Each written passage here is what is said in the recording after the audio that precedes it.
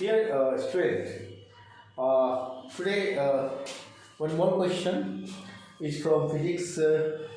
This question is from IIT JEE Main 2019. ये question आप देखो, read the question first. Two blocks A and B of masses MA 1 kg and MB 3 kg are kept on the table as shown in the figure. है ना, आप देख सकते हो कि दो ब्लॉक है A और B. MA का मास दिया हुआ है 1 kg और B का मास दिया गया है 3 kg. ओके, सो A और B का मास दिया गया है. दोनों ब्लॉक्स, दोनों मास एक टेबल पे रखी गई है as shown in the figure. आगे पढ़ो. The coefficient of friction between A and B, A और B के बीच का जो कोएफिशिएंट ऑफ फ्रिक्शन है इज 0.2, है ना. I think it is static coefficient of friction, है ना. And between B and the surface of the table is also 0.2. और ये B और टेबल के बीच का जो सरफेस है उस दोनों के बीच का भी कोएफिशिएंट ऑफ फ्रिक्शन 0.2 ही है. It also should be a static coefficient of friction. Anyway, what is the maximum force F that can be applied on B horizontally? B पर horizontally कितना maximum force apply की जाए so that the block A, ऊपर वाला block A does not slide over the block B. ये इस पे slide ना करे. देखो, ये क्वेश्चन, बेसिक क्वेश्चन जो है,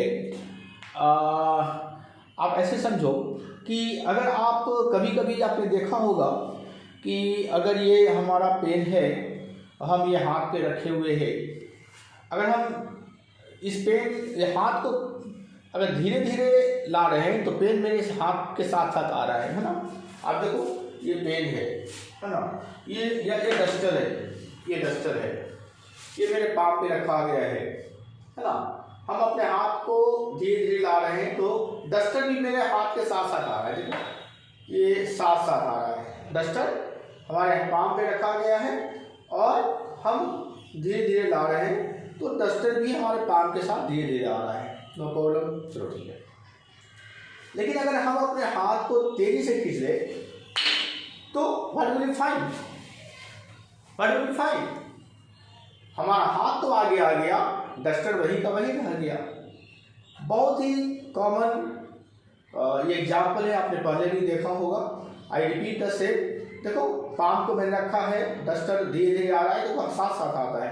तो धीरे धीरे आते हैं तो साथ साथ आता है ना. धीरे धीरे आता है तो साथ साथ आता है. बट अगर हम हाथ को जब तेजी से खींच ले तो डस्टर जो है वो वही का वही रह जाता है. क्या कारण है इसका? इस कारण पे आप गौर करोगे तो इसका सॉल्यूशन भी आपको मिल जाएगा.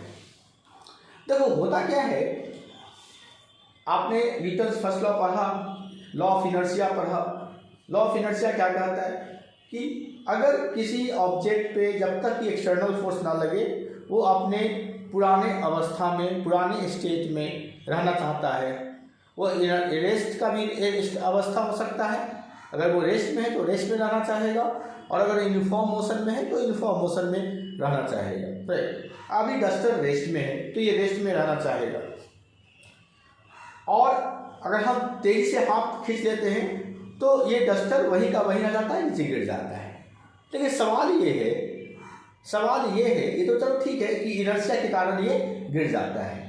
इनर्शिया के कारण ये चाहता है, हम तो फोर्स इसमें नहीं लगाए, तो इनर्शिया के कारण ये अपने अवस्था में रहना चाहता है और ये वही का वही गिर गया. This is a very simple answer to this concept. लेकिन सवाल ये होता है कि जब हम इसको धीरे धीरे लाते हैं हाथ को, तब ये क्यों नहीं इनर्शिया को फॉलो कर रहा है? आप देखो, हम धीरे धीरे हाथ को ला रहे हैं तो ये नहीं गिर रहा है, धीरे धीरे हाथ को ला रहे हैं तो ये नहीं गिर रहा है ना. इनर्शिया को क्यों नहीं फॉलो कर रहा है? अभी भी तो ये गिरना चाहिए, है ना. जब हम तेजी से खींचते हैं तब ये नीचे गिरता है. मतलब जब हम धीरे धीरे लाते हैं, है ना, धीरे धीरे भी लाते हैं, देखो नहीं गिर रहा है, ये नहीं गिर रहा है. आखिर क्या कारण है? इसके सॉल्यूशन पे जाएंगे तो आपको इसका सॉल्यूशन मिल जाएगा। तो होता क्या है, जब आप फोर्स लगाते हो, जब आप किसी चीज को फोर्स लगाते हो, किसी भी ऑब्जेक्ट में फोर्स लगाते हो, तो होता क्या है कि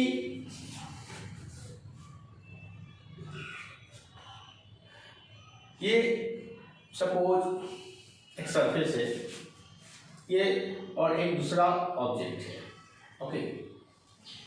अगर हम इस पे फोर्स लगा रहे हैं, इस नीचे वाले ऑब्जेक्ट पे फोर्स F लगा रहे हैं, ये B ऑब्जेक्ट है और ये A ऑब्जेक्ट है, नीचे वाले पे फोर्स लगा रहे हैं, तो एक्चुअली में हम सिर्फ B पर ही फोर्स लगा रहे हैं, A पर फोर्स हम नहीं लगा रहे हैं, ओके।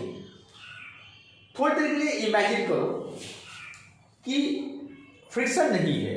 फ्रिक्शन मतलब आप समझ सकते हो, इस दोनों के बीच में, A और B के बीच में फ्रिक्शन नहीं है। थोड़ी देर के लिए ये इमेजिन करो, A और B के बीच में फ्रिक्शन नहीं है, एकदम स्मूथ है, जीरो फ्रिक्शन है। ऐसे तो क्वाइट इम्पॉसिबल ये केस होती है, जीरो फ्रिक्शन, कुछ ना कुछ तो फ्रिक्शन होता ही है। मतलब एक इमेजिन करो कि इस दोनों के बीच में फ्रिक्शन है ही नहीं, और तब आप B को हल्का सा भी खींचोगे, धीरे धीरे भी खींचोगे, इस डस्टर और मेरे पाम के बीच में अगर फ्रिक्शन जीरो हो जाए, इस डस्टर और पाम के बीच में अगर फ्रिक्शन मेरा जीरो हो जाए, तो हम धीरे धीरे भी हाथ खींचेंगे ना, तो ये डस्टर फिसलते जाएगा और गिर जाएगा। अगर आप फ्रिक्शन, आई रिपीट, अगर ये डस्टर और हमारे हाथ के बीच का फ्रिक्शन जीरो कर दिया जाए, तो अगर हम हाथ को धीरे धीरे भी खींचेंगे, अभी देखो धीरे धीरे भी खींच रहे हैं तो डस्टर मेरे साथ आ रहा है, लेकिन उस हालात में जब फ्रिक्शन जीरो हो जाएगा तो धीरे से भी खींचेंगे ना हाथ को, तो ये डस्टर वही का वही रह जाएगा, ये फिसलता जाएगा मेरे हाथ से। मतलब ये चाहेगा कि हम अपने ही अवस्था में रहना चाहें, ये रेस्ट में है तो रेस्ट में ही रहेगा, ये वही रह जाएगा और मेरा हाथ आगे बढ़ जाएगा, ये ग्रेविटेशन फोर्स से नीचे गिर जाएगा। मतलब सिंपल बात, ये फ्रिक्शन है जिसके कारण ये हमारे पाम के साथ आ रहा है ना। तो इस फ्रिक्शन ड्यू टू विच ये पाम के साथ हमारे साथ आ रहा है। अब सवाल ये होता है कि आखिर ये इस पे कितना फ्रिक्शन फोर्स लगेगा कि हमारे हाथ के साथ साथ आए, फिसले नहीं, स्लाइड नहीं करे। अगर ये फ्रिक्शन जीरो हो जाता है, तो अभी मैंने बताया अगर फ्रिक्शन जीरो है इस डस्टर और मेरे पाम के बीच में, तो मेरा हाथ ऐसे धीरे धीरे भी हाथ लाएंगे तो ये डस्टर वही का वही रहेगा, और ये डस्टर देखो किसर फिसल रहा है, इधर फिसल रहा है, हाथ मेरा इधर आ रहा है और डस्टर इधर फिसल रहा है। हाथ के रिस्पेक्ट में, मेरे पाम के रिस्पेक्ट में डस्टर मूव इधर कर रहा है। उसी तरीके से अगर मान लो कि ए और बी के बीच में फ्रिक्शन है ही नहीं, ए और बी के बीच में फ्रिक्शन है ही नहीं, तो क्या होगा? एफ बी जो है वो इधर जाएगा और ए वही का वही रहना चाहेगा। मतलब कि इस सरफेस बी के टॉप सरफेस से पूछो, बी के टॉप सरफेस पर खड़े होकर के ऑब्जर्व करो, तो आपको ये महसूस होगा कि ए जो है वो इधर जा रहा है, आखिर ए इधर जा नहीं रहा है, बी जा रहा है इधर। रिलेटिव स्पीड, रिलेटिव वेलोसिटी आपने पढ़ा होगा, तो आप बी पर खड़े हो जाइए, आप यहाँ पे खड़े हो जाइए, और मान के चलिए कि इसमें फ्रिक्शन नहीं है, ए और बी के बीच में फ्रिक्शन है ही नहीं, तो जैसे जैसे बी इधर जाएगा ए वही का वही रहेगा, ए वही का वही रहेगा, बी इधर जाएगा। लेकिन ऑब्जर्वर से पूछिए तो ऑब्जर्वर कहेगा कि ए इधर जा रहा है, हालांकि ए वही का वही है, बी के रिस्पेक्ट में ए इधर जा रहा है। मतलब कि बी के टॉप सरफेस के रिस्पेक्ट में ए जो है वो इधर की ओर स्लाइड करेगा, बी के सरफेस के रिस्पेक्ट में ए स्लाइड इधर करेगा, ये इधर मूव करना चाहेगा। इसकी टेंडेंसी क्या होगी? इसके सरफेस के रिस्पेक्ट में इधर टेंडेंसी होगी, अगर फ्रिक्शन नहीं है तो। लेकिन अगर फ्रिक्शन है तो फ्रिक्शन क्या करता है? It opposes the motion. Very simple बात, फ्रिक्शन अपोजेस द मोशन। मतलब अगर बी और ए के बीच में फ्रिक्शन है, तो जैसे जैसे बी इधर जाएगा ए इधर जाने की कोशिश करेगा, लेकिन फ्रिक्शन कहेगा कि तुम इधर मत जाओ, अपोज करेगा।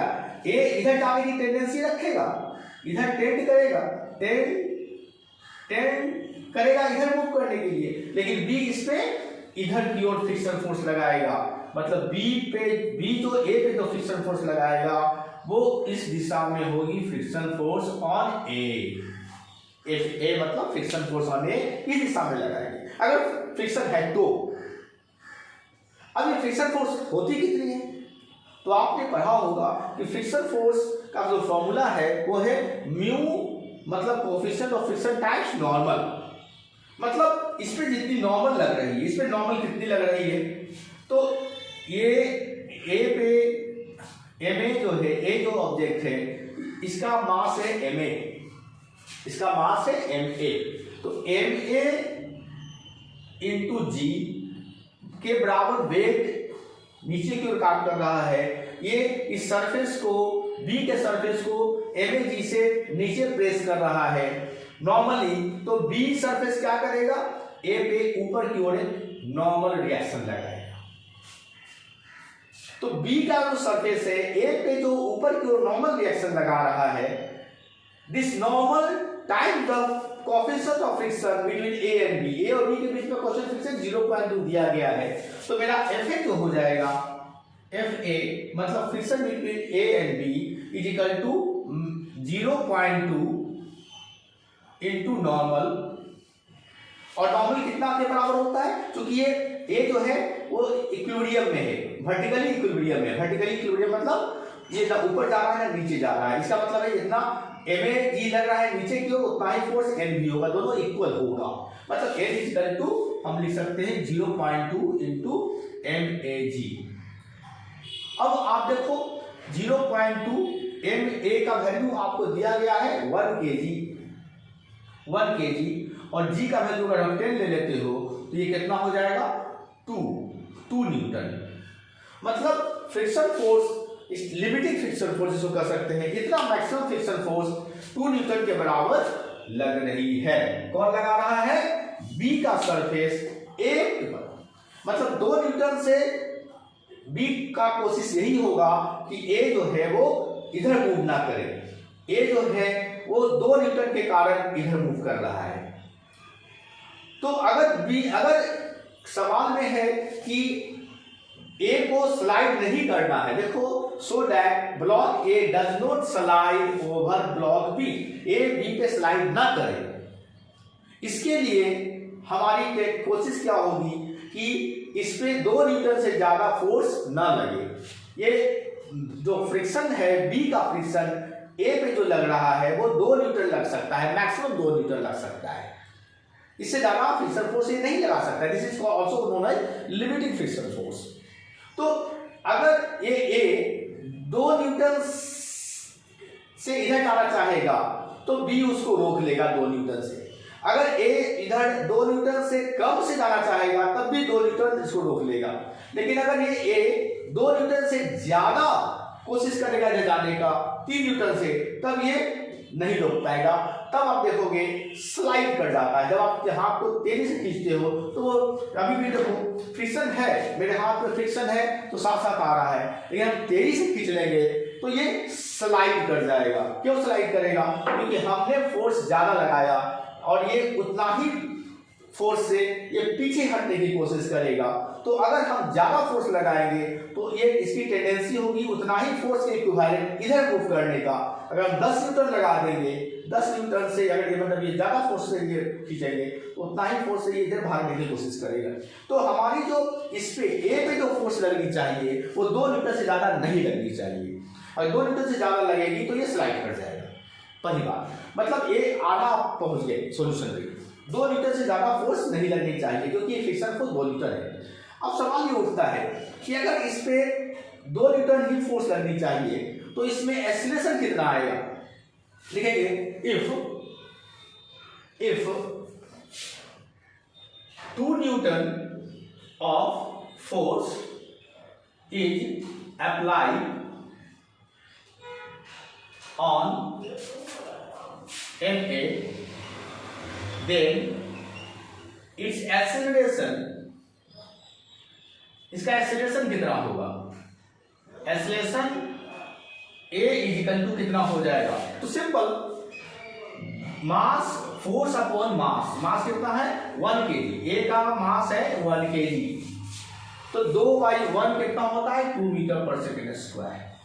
मतलब हम जितना भी फोर्स लगा ले, हम बी पे जितना भी फोर्स लगा ले, हमारा जो ए का जो एक्सीलरेशन है, हमारा ए का जो एक्सीलरेशन है वो 2 मीटर पर सेकंड स्क्वायर से ज़्यादा नहीं होनी चाहिए।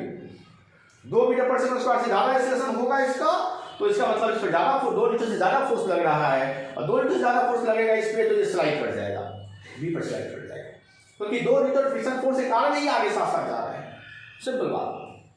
अब अगर ए 2 मीटर पर सेकंड स्क्वायर है और ये हम चाहते हैं कि ये फोर्स उतना लगे ताकि ये सब साथ साथ चले, इसका मतलब है कि ये पूरे ब्लॉक पे, ये पूरे सिस्टम पे, सिस्टम का मतलब ए और बी टुगेदर, ए और बी टुगेदर का एक्सीलरेशन 2 मीटर पर सेकंड स्क्वायर ही होगा।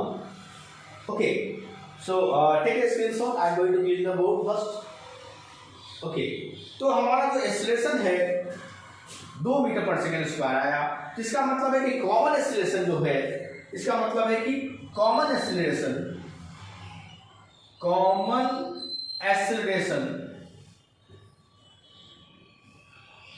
Of both A and B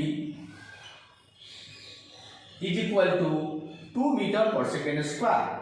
मतलब ये सिर्फ ए ही नहीं, बी को भी उसी से जाना पड़ेगा, तब तो वो साथ साथ जाएगा ना, ए भी तो, क्योंकि वो साथ साथ स्लाइड कर रहा है, एक साथ मूव कर रहा है ना, इस पे स्लाइड नहीं कर रहा है, दोनों एक साथ मूव कर रहा है, तो जो इसका ऊपर वाले का एक्सीलरेशन होगा वही नीचे वाले का एक्सीलरेशन होगा 2 मीटर पर सेकंड स्क्वायर। अब सोचो कि अगर 2 मीटर पर सेकंड स्क्वायर एक्सीलरेशन पूरे ब्लॉक का है, तो इसमें जो नेट फोर्स है वो कितनी होगी, क्योंकि जो नेट फोर्स होगा उतना ही फोर्स के बराबर तो इसमें एक्सीलरेशन होगा, तो net force required, net force जो होगा वो कितना होना चाहिए, तो ए और बी का मास ऐड कर लो, M A plus M B, और उसमें 2 से मल्टीप्लाई कर दो, तो एम ए कितना है 1 kg, एम बी कितना है, तो M B is given 3 kg, 3 multiplied by 2, तो 314, 4 to the 8, मतलब 8 न्यूटन, मतलब 8 न्यूटन इसको नेट फोर्स चाहिए होगा। हम बी पे टोटल मिलाकर के नेट फोर्स 8 न्यूटन चाहिए, लेकिन एक सबसे बड़ा प्रॉब्लम है कि जब हम बी को ड्रैग कर रहे हैं तो बी और सरफेस के बीच में भी फ्रिक्शन दिया है 0.2, देखो, and between B and the surface of the table is also 0.2, मतलब यहां पर भी फ्रिक्शन काम कर रहा है। तो इसका मतलब है जब आप बी को इधर मूव करोगे तो इधर इस बी पर जो फ्रिक्शन फोर्स काम करेगा वो एफ बी इधर की ओर काम करेगा, तो एफ बी फ्रिक्शन फोर्स कितनी होगी, उतना भी फोर्स लगाना पड़ेगा, मतलब आप जो फोर्स लगा रहे हो वो इसको भी कॉम्बैट करना है, इसको भी इनकाउंटर करना होगा, एफ बी को भी, तो फ्रिक्शन फोर्स हमें निकालनी होगी कि बी और सरफेस के बीच में फ्रिक्शन फोर्स कितना है ना, तो हमारा जो एफ बी कितना होगा वो निकालो, है ना, तो एफ बी कितना होगा वो देख लो, take a screenshot first. Okay, तो एफ बी जो है हमारे कितना होगा, F B friction force total पे, सिंपल बात है, देखो ये हमारा टेबल है, इस पे 2 ब्लॉक रखी गई है, एक ए और एक बी, तो टोटल मिलाकर के दोनों एक सिस्टम बन गई, ये दोनों मिलाकर के कितना फोर्स लगा रहा है, M A plus M B, किस पे लगा रहा है, इंटू जी, सरफेस पे लगा रहा है, तो सरफेस भी इतना ही नॉर्मल रिएक्शन N1 इसको कह देते हैं, N1 रिएक्शन फोर्स अप्लाई करेगा, तो N1 कितना हो जाएगा, जितना ये होगा, क्योंकि ये वर्टिकली इक्विलिब्रियम में है, ये सिस्टम ना ऊपर जा रहा है ना नीचे जा रहा है, इसका मतलब है ना जितना फोर्स ऊपर लग रहा है उतना फोर्स नीचे लग रहा है, नेट फोर्स 0 है, मतलब दोनों बराबर होना चाहिए, तो N1 इक्वल टू होना चाहिए, N1 equal to MA plus MB into g, तो MA कितना है 1 kg, MB कितना है 3, और G में ना 10 ले लो, तो ये कितना हो जाएगा 314 एंड 10 40 न्यूटन, 40 न्यूटन हमारा जो नॉर्मल रिएक्शन है वो 40 न्यूटन है। ओके, किस पर, किसके द्वारा, टेबल के द्वारा, टेबल पूरे ए और बी टुगेदर दोनों को साथ लेके चलते हैं, तो दोनों पे एक साथ 40 न्यूटन का नॉर्मल रिएक्शन लग रहा है, अब सोचो अगर 40 न्यूटन का नॉर्मल रिएक्शन लग रहा है दोनों ए और बी टुगेदर एक सिस्टम पे, तो टेबल और इसके बीच में फ्रिक्शन फोर्स कितनी होगी, तो एफ बी कितनी होगी, ये जो एफ बी है तो F B is equal to mu कितना है 0.2, दोनों में 0.2 है constant of friction, mu into n1 तो 0.2 और n1 मेरा 40 है, तो मल्टीप्लाई करो, डेसिमल से 0 खत्म हो जाएगा तो ये 4×8 न्यूटन हो जाएगा। मतलब फ्रिक्शन फोर्स एफ बी जो है वो मेरा 8 न्यूटन आ गया है। मतलब हमारा जो फोर्स है वो कितना होना चाहिए, नेट फोर्स। तो देखो नेट फोर्स तो हमें 8 न्यूटन चाहिए, और 8 न्यूटन मोशन के लिए चाहिए, एक्सेलरेशन के लिए चाहिए, है ना, और 8 न्यूटन ये फ्रिक्शन फोर्स के लिए चाहिए। तो ये टोटल जो फोर्स होगा हमारा कितना होगा, तो 8 newton for the acceleration for the motion और 8 newton to encounter the force of friction, तो टोटल फोर्स हमारा कितना हो गया, तो total force is equal to हो जाएगा, therefore total force required, total force is equal to F is equal to force of friction F B plus ये हमारा जो है M A plus M B into acceleration, जो ये 2 acceleration जो दिया, तो नेट मोशन के लिए हमने कितना दिया 8 न्यूटन, ताकि ये साथ साथ चले, मैक्सिमम फोर्स चाहिए, मैक्सिमम मतलब हम कितना फोर्स अधिक मैक्सिमम लगा सकते हैं। तो ये एक्सेलरेशन के जरूरत के अनुसार हमारा 8 न्यूटन पहले ही मैंने निकाल लिया, तो चाहिए होगा इसके मोशन के लिए, और ये फोर्स ऑफ फ्रिक्शन दोनों जोड़ दो, तो एफ बी मेरा 8 हो गया और ये भी मेरा 8 हो गया, मतलब 16 न्यूटन। मैक्सिमम आप 16 न्यूटन अप्लाई कर सकते हो, मैक्सिमम 60 न्यूटन अप्लाई कर सकते हो, ताकि आपका जो ए है वो बी पे स्लाइड न करे, है ना। अगर इससे ज्यादा फोर्स लगा दोगे तो क्या होगा, 8 न्यूटन तो ये कंज्यूम करेगा, सपोज आपने 20 न्यूटन लगा दिया, तो 20 न्यूटन लगाओगे तो 8 न्यूटन तो ये कंज्यूम कर जाएगा, तो 20 में से 8 माइनस कर दो 12 न्यूटन, तो 12 न्यूटन इस पे लगेगी ए पे। अब 12 न्यूटन अगर ए पे लगेगी, लेकिन ए और ए पे जो फ्रिक्शन फोर्स है वो मात्र कितना था, वो आपका ये था 1 इंटू